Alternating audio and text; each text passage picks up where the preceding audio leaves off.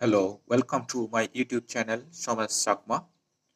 আজকে আমি আপনাদেরকে সোশ্যাল বুকমার্কিং যে সমস্ত কাজগুলো আপনাদেরকে করতেই হবে, সে সমস্ত কাজগুলো আমি শেয়ার করব। তো সোশ্যাল বুকমার্কিং এর কাজগুলো হচ্ছে, প্রথমে আপনাকে ইউটিউব চ্যানেলে গিয়ে বুকমার্কিং কাজ শেখার জন্য মূল ভিডিওটা ৩ বার দেখতে হবে।